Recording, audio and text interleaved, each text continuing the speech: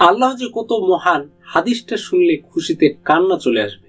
হযরত মুসা আলাইহিস সালাম একদিন আল্লাহকে জিজ্ঞেস করলেন, হে প্রভু, আমার অনুসারীদের মধ্যে কে সবচেয়ে বড় পাপী? আল্লাহর উত্তর, যে ব্যক্তি সর্বপ্রথম এই পথ অতিক্রম করবে সেই ব্যক্তি হলো তোমার অনুসারীদের মধ্যে সব থেকে বড় পাপী। আল্লাহর কথা অনুযায়ী হযরত মুসা আলাইহিস সালাম বসে দেখছেন। কিছুক্ষণ পর দেখলেন এক ব্যক্তি ছোট একটি ছেলেকে কোলে করে পথ অতিক্রম করছে। হযরত মুসা আলাইহিস সালাম বুঝে ফেললেন এই সেই বড় পাপী ব্যক্তি।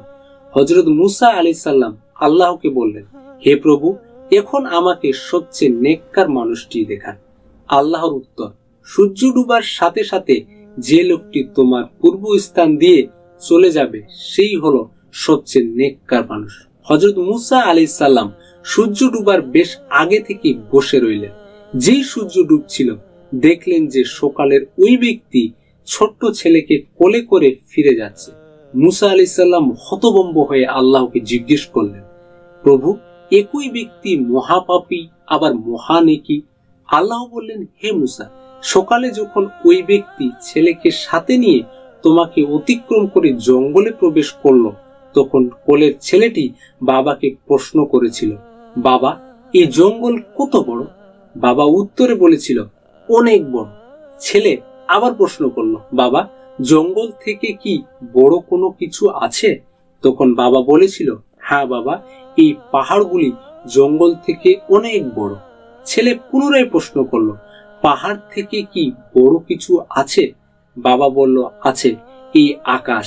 ছেলে আবার প্রশ্ন করলো, আকাশ থেকে কি বড় কিছু আছে? সেই ব্যক্তি বলল, হ্যাঁ, আমার পাপ এই আকাশ থেকেও বড়।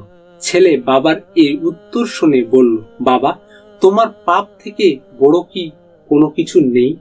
তখন বাবাটি চিৎকার দিয়ে ছেলেটিকে জড়িয়ে ধরে কাঁদতে কাঁদতে বলল, আমার পাপ থেকেও অনেক বড় আমাদের আল্লাহর রহমত। হে মুসা, ওই ব্যক্তি পাপের অনুভূতি ও অনুশোচনা আমার এতই পছন্দ হয়েছে যে সবচেয়ে পাপী ব্যক্তিকে সবচেয়ে নেকি ব্যক্তি বানিয়ে দিয়েছে। মনে রেখো, আমার শাস্তির হাত থেকে ক্ষমার হাত বহু গুণ বড়।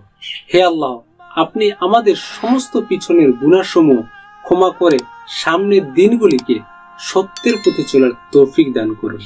আমিন।